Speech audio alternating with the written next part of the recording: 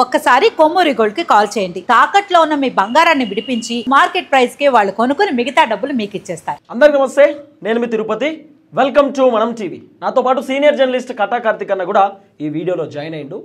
తెలంగాణ ముఖ్యమంత్రి రేవంత్ రెడ్డి గారు చేసినటువంటి కొన్ని వ్యాఖ్యలు ఇప్పుడు ఎంటైర్ కాంగ్రెస్ పార్టీలో ఉన్నటువంటి ఎమ్మెల్యేలు, ఎంపీలు, మంత్రులు, ఎమ్మెల్సీలు అందరూ కూడా రేవంత్ రెడ్డికి వ్యతిరేకంగా మారినారు. రేవంత్ రెడ్డి పైన ఆగ్రహం వ్యక్తం చేస్తున్నారు. రేవంత్ రెడ్డి పైన అసంతృప్తితో, అసహనంతో కాంగ్రెస్ పార్టీకి సంబంధించినటువంటి లీడర్లు ఉన్నారు. ఇప్పుడు రేవంత్ రెడ్డి చేసినటువంటి స్టేట్మెంట్స్ కాంగ్రెస్ పార్టీకి లాభమా నష్టమా, ప్రతిపక్షంలో ఉన్నటువంటి బీఆర్ఎస్ పార్టీకి లాభమా నష్టమా? ఇప్పుడు కేసీఆర్కు పెద్ద ఎత్తున ఒక పాజిటివిటీ తయారవుతున్నది తెలంగాణ రాష్ట్రంలో. మొన్న జరిగినటువంటి భారీ బహిరంగ సభకు సుమారు 8 లక్షల మంది జనాలు ఆ పెద్ద ఎత్తున కేసీఆర్ సభకు హాజరయ్యారు అనేది ప్రధానంగా సోషల్ మీడియాలో వచ్చినటువంటి వార్త. ఈ అంశంపైన చాలామంది రాజకీయ విశ్లేషకులు, సీనియర్ జర్నలిస్టు కూడా మాట్లాడుతూ ముందుకు వస్తున్నారు. నాతో పాటు సీనియర్ జర్నలిస్ట్ కార్తిక్ అన్న కూడా ఉన్నాడు. కార్తిక్ అన్నతో డిస్కస్ చేద్దాం. అన్న నమస్తే. నమస్తే. సో మొత్తానికి తెలంగాణ ముఖ్యమంత్రి రేవంత్ రెడ్డి గారు చేసినటువంటి స్టేట్మెంట్స్ మీరు విన్నారు. ఇప్పుడు ఎంటైర్ తెలంగాణ రాష్ట్రంలో పెద్ద చర్చ నడుస్తుంది. వాస్తవానికి ఆయన స్టేట్మెంట్ ఇచ్చి కూడా సుమారు ఒక వారం రోజులు కంప్లీట్ అయింది. వారమైనా కూడా ఇదే చర్చ నడుస్తుంది. ఇప్పుడు తెలంగాణ రాష్ట్రం దివాలా తీసింది, అప్పు ఉడతలేదు, రాష్ట్రం ఆర్థిక సంక్షోభాలలో కూరుకుపోయింది, చిన్నాభిన్నం అయిపోయింది అనేటటువంటి వ్యాఖ్యాన్ని ఇచ్చింది. ఎట్లా చూస్తారు రేవంత్ రెడ్డి గారి మాటలు? ఒక్కసారి బ్యాక్ అయితే 2023 డిసెంబర్ రేవంత్ రెడ్డి గారు ముఖ్యమంత్రి అయినటువంటి క్షణాలు. ఆ రోజుల్లో రేవంత్ రెడ్డికి అంత పెద్ద ఎత్తున ఫాలోయింగ్ రావడానికి కారణం ఏంటి? బీఆర్ఎస్ మీద పెళ్ళుబీకిన వ్యతిరేకత. ఎప్పుడైనా ప్రభుత్వం మీద వ్యతిరేకత వచ్చిందంటే అది అపోజిషన్ పార్టీకి, అపోజిషన్లో పోరాడిన వ్యక్తికి పాజిటివ్గా మారింది. అవును కదా, సహజంగా.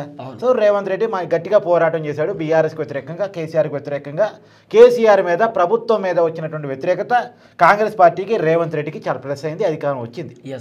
నిజానికి ఈ వ్యతిరేకతను క్యాచ్ చేసుకోవడంలో కాంగ్రెస్ పాత్ర ఎంత అనేది పక్కన పెట్టేస్తే కాంగ్రెస్కి అయితే అవకాశం దక్కింది. సరే, అధికారంలోకి వచ్చిన తర్వాత అనతి కాలంలోనే, దాదాపు 1 ఇయర్ కాలంలోనే రేవంత్ రెడ్డి సర్కార్ తెచ్చుకున్నటువంటి వ్యతిరేకత, పథకాల అమలు విషయంలో కావచ్చు, చెప్పిన మాటలు నిలబెట్టుకునే విషయంలో కావచ్చు, మాటలు దొల్లే విషయంలో కావచ్చు. మాటలు దొల్లే విషయం అని పర్టికులర్గా ఎందుకంటున్నానంటే ఈ మధ్య రేవంత్ రెడ్డి గారు మాట్లాడిన ఒక మాట తెలంగాణ సమాజంలోకి రేవంత్ రెడ్డి ప్రభుత్వం పట్ల వ్యతిరేకతను పెంచడానికి కారణమైంది. నన్ను కోసినా ఏమీ రాదు, తర్వాత చిల్లి గవ్వ కూడా మనకి పుట్టట్లేదు, మనకి అప్పిచ్చేవాడే లేకుండా పోయాడు, ఎవరి దగ్గరికైనా అప్పడటామని పోతే దొంగను చూసినట్టు చూస్తున్నాడు, చెప్పులు ఎత్తకపోతారేమని భావిస్తున్నారు అని రేవంత్ రెడ్డి గారు చేసిన వ్యాఖ్య ఒక ముఖ్యమంత్రిగా, ప్రభుత్వ పెద్దగా, రాష్ట్రానికి పెద్దగా ఉండి చేసినటువంటి వ్యాఖ్య ఏదైతే ఉందో ఒక నెగిటివ్ సెన్స్ని సమాజంలోకి, రాష్ట్రంలోకి పంపించింది.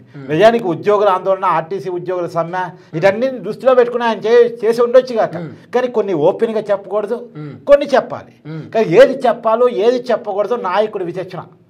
కానీ ఏ నాయకుడు చెప్పని విధంగా ఓపెన్గా వచ్చి రాష్ట్రం పరిస్థితి బాగలేదు అనేసరికి సహజంగా మన ఇంట్లో కూడా కుటుంబ పెద్ద ఇంట్లోకి వచ్చి మన కుటుంబ పరిస్థితి బాగాలేదు, నాకు ఉద్యోగం పుట్టట్లేదు, అప్పు పుట్టట్లేదు, రూపాయి కూడా లేదు అంటే భార్య ఏం భావిస్తుంది? వీడు నాకు బట్టలు కొని పెట్టలేదు, తిండి కూడా పెట్టలేదు, చేత కాదు అని భావిస్తుంది. పిల్లలు అనుకుంటారు మా చదువులు మా తండ్రి భరించలేదని భావిస్తారు, గాలికి వదిలేసినట్టే అనుకుంటారు. కుటుంబ పెద్ద ఏంటంటే కుటుంబంలో ధైర్యాన్ని నింపే ప్రయత్నం చేయాలి.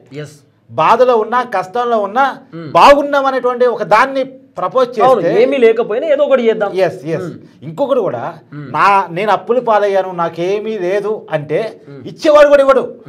ఇప్పుడు రేవంత్ రెడ్డి గారు ఆ మాట అంటే ఫలితంగా రేపు కంపెనీలు పెట్టుబడి పెట్టేవాళ్ళు కానీ తెలంగాణ రాష్ట్రానికి అప్పిద్దామని ఆలోచన ఉన్నాడు కూడా ఓ అప్పు తీర్చలేని పరిస్థితిలో ఉన్నాడు.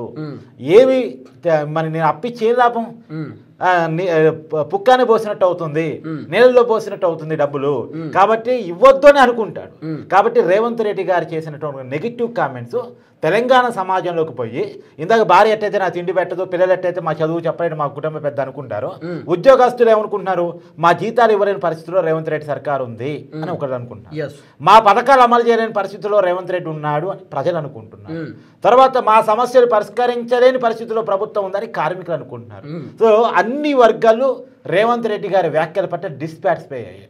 సరే ఈ సమాజం ఇలా అనుకుంటుంది. పారిశ్రామికవేత్తలు ఏమనుకుంటున్నారు, తెలంగాణ పరిస్థితి బాగలేదు, అక్కడ మొత్తం కూడా నష్టంగా ఉంది అని చెప్పేసి వాళ్ళు అనుకుంటున్నారు. అప్పులు ఇచ్చేవాడు ఏమనుకున్నాడు, అప్పు తీర్చలేడు తెలంగాణ ముఖ్యమంత్రి, ఇస్తే గనక అని చెప్పేసి వాళ్ళు అనుకుంటున్నారు. సో అన్ని రంగాలని అందరి వ్యక్తుల్ని ఒక్కసారిగా నెగిటివ్లోకి నెట్టేశారు రేవంత్ రెడ్డి గారు. ఒకవైపేమో రేజింగ్ తెలంగాణ అంటాడు. రేజింగ్ తెలంగాణ అయినప్పుడు అప్పు ఎందుకు పెట్టట్లేదు, రేజింగ్ తెలంగాణ అయినప్పుడు మంచి స్వాగతం ఎందుకు లభించట్లేదు, దొంగ చూసినట్టు ఎందుకు చూస్తున్నారు అంటే ఏదో ఒక అబద్ధం. రేజింగ్ తెలంగాణ అబద్ధం, లేదు అప్పు పెట్టట్లేదు అనేది అబద్ధం, ఏదో ఒకటి అబద్ధం కావాలి. ఇప్పటికి మనం పథకాలు అమలు చేయట్లేదు కాబట్టి అప్పు పుట్టట్లేదు అన్నదే అబద్ధం అనుకున్నాం, ఎందుకంటే భూములు అమ్మి డబ్బులు కూడబెడుతున్నారు కాబట్టి. సరే ఆ పాపంలో పాత సర్కారు పాపం ఎంత అని పక్కన పెట్టేస్తే ఇప్పుడు రేవంత్ రెడ్డి వాళ్ళు ఎప్పుడు కేసీఆర్ కానీ ఓపెన్గా వచ్చి మా వల్ల పరిపాలన కావట్లేదు, మా వల్ల డబ్బులు పుట్టించడం కావట్లేదు అని చెప్పలే. అందులోనూ రేవంత్ రెడ్డి వచ్చిన తర్వాత హైదరాబాద్ ఆదాయం పడిపోయింది, రియల్ ఎస్టేట్ రంగం పడిపోయింది, అందరూ కూడా ఒక నెగిటివిటీ బాగా పెరిగిపోయింది. సో చాలా క్లియర్గా నెగిటివిటీ పెరిగిపోయిన తర్వాత చాలా క్లియర్గా ఇక రేవంత్ రెడ్డి పరిపాలన చేత కావట్లేదేమో, కాంగ్రెస్ కావట్లేదు అంటే రేవంత్ రెడ్డి వ్యాఖ్యల వల్ల కేసీఆర్ కు పాజిటివిటీ వచ్చింది. ఇప్పుడు కేసీఆర్ హీరో చేసిండు ఆయన. ఇంకొక మాట కూడా నువ్వు చాలా మంచి పాయింట్ వ్యాలిడేట్ చేశావు. కేసీఆర్ హీరో ఎలా అయ్యాడు? సహజంగా కేసీఆర్ ఈ రోజు వరకు అసెంబ్లీకి రాలే, ఒక రోజు వచ్చినట్టున్నాడు బడ్జెట్, అంతే కదా. సరే ఒక 2 సార్లు అనుకోండి, ప్రమాణ స్వీకారం చేయడం ఒకసారి, బడ్జెట్ ప్రవేశపెట్టినప్పుడు ఒకసారి, 2 సార్లు వచ్చాడు. సరే కేసీఆర్ అసెంబ్లీకి రావట్లేదు, కేసీఆర్ ఏ ధర్నా చేయలేదు, ఏ రాస్తారోకో చేయలేదు, ఏ ప్రజా సమస్యల మీద ఉద్యమించలేదు, ఏమీ చేయకుండానే కేసీఆర్కి పాజిటివిటీ ఎలా వచ్చిందంటే because of Revanth Reddy failures, because of Congress government failures. ఈ ప్రభుత్వం యొక్క పరాజయాల ఫలితంగా రేవంత్ రెడ్డి గారి పరాజయాన్ని వాళ్ళందరూ వాళ్ళే ఒప్పుకున్న దాని ఫలితంగా కేసీఆర్కి ఇక దీనికంటే పాతోడే. వాస్తవానికి కేసీఆర్ ఏ పని చేయలే ప్రతిపక్షంలో ఉండి, ఏమి చేయకపోయినా కూడా రేవంత్ రెడ్డి ఫెయిల్యూర్స్ అని పాజిటివ్. రైతు భరోసా మీద బీఆర్ఎస్ ఏమైనా ఉద్యమం చేసుకొచ్చింది? ఏం లేదు. రుణమాఫీ అమలు చేయకపోవడం బీఆర్ఎస్ తీసుకొచ్చిందా? ఏమీ లేదు. కేసీఆర్ ఎక్కడన్నా రోడ్డు మీద కూర్చోవడం చూసావు అస్సలు. కానీ ఎక్కడన్నా ఒక ర్యాలీ కానీ కేసీఆర్ పాల్గొనడం కానీ, పెద్ద ధర్నా కార్యక్రమం కానీ, రాష్ట్ర వ్యాప్తంగా పిలుపు కానీ, మొన్న పార్టీ బహిరంగ సభ తప్ప ఏమైనా చేయంగా నువ్వు చూసావా? ఏమీ చేయలేదు. కానీ రేవంత్ రెడ్డి ఫెయిల్యూర్ ఫలితంగా కేసీఆర్ ఉంటే పథకాలు సరిగా అమలయ్యేమో, అభివృద్ధి జరిగేదేమో, ఆదాయం పుట్టేదేమో, కంపెనీలు వచ్చేయేమో, అప్పులు పుట్టేయేమో. సరే అవినీతి చేసినా ఇంకేం చేసినా దొరలెక్క ఉన్నా కేసీఆరే బెటర్ ఏమో, వీళ్ళకి పరిపాలన చేత కావట్లేదు కదా, మనం పేనం మీద నుంచి పోయి పొయ్యిలో పడ్డామేమో అనేటువంటి దానికి తెలంగాణ సమాజం వచ్చేసింది. ఇప్పుడు లోకల్ బాడీ ఎలక్షన్ జరిగితే నేను చాలా క్లియర్ చెప్తున్నా, లోకల్ బాడీలు అంటే సర్పంచులు, ఎంపీటీసీలు, జడ్పీటీసీలు, కార్పొరేషన్లు, కార్పొరేటర్లు, అంతే కదా. అంతే. ఈ అన్నిట్లో కూడా సహజంగా కాంగ్రెస్ గెలిచినవి ఎక్కువ ఉన్నాయి, ఎందుకంటే హైదరాబాద్ సిటీలో బీఆర్ఎస్ గెలిచింది కానీ రూరల్ మొత్తం కాంగ్రెస్ గెలిచింది. ఎమ్మెల్యే ఎన్నికలు, పార్లమెంట్ మొత్తం కాంగ్రెస్ వర్సెస్ బీజేపీ నడిచింది, ఎక్కడా కూడా బీఆర్ఎస్ లేదు. కాబట్టి కానీ ఇప్పుడు మాత్రం లోకల్ బాడీల్లో బీఆర్ఎస్ తన సత్తాన్ని చాటగలిగింది. సహజంగా లోకల్ బాడీలు అధికారులు ఉన్న వాళ్ళకి పాజిటివ్గా ఉంటాయి, ఎవరు అధికారులు ఉంటే వాళ్ళ దగ్గర ఉంటారు ఓటింగ్. కానీ మొదటిసారి నేను చాలా క్లియర్గా చెప్పదలుచుకున్నాను, ఇప్పుడు local body elections Congress party భయపడుతుంది, అందుకే వెనక్కి తీసుకెళ్తా ఉంది. కాబట్టి ఓవరాల్ గా రేవంత్ రెడ్డి గారి దెబ్బకు మళ్ళీ కేసీఆర్ సీఎం అయ్యే ఛాన్సెస్ కనబడుతున్నాయి ఆయన దెబ్బకే. ఎందుకంటే ఆయన చేసినటువంటి పొరపాట్లే యాక్చువల్గా ఆయన పోరాడి తెచ్చుకున్నటువంటి సీఎం సీట్ ని పోరాడి సాధించుకున్న అధికారం నా వల్ల కావట్లేదు రండి, ఇగో మీరు తీసుకోండి అని చెప్పేసి చేతిలో పెట్టే పరిస్థితి ఇస్తున్నాడు. సో ఇది కేసీఆర్ హీరో కావడానికి రేవంత్ రెడ్డి తనకు తాను హీరో కావడం కారణం. Yes. So thank you so much Karthik అన్న. సో ఇది రేవంత్ రెడ్డి వర్సెస్ కేసీఆర్కి సంబంధించినటువంటి అంశం.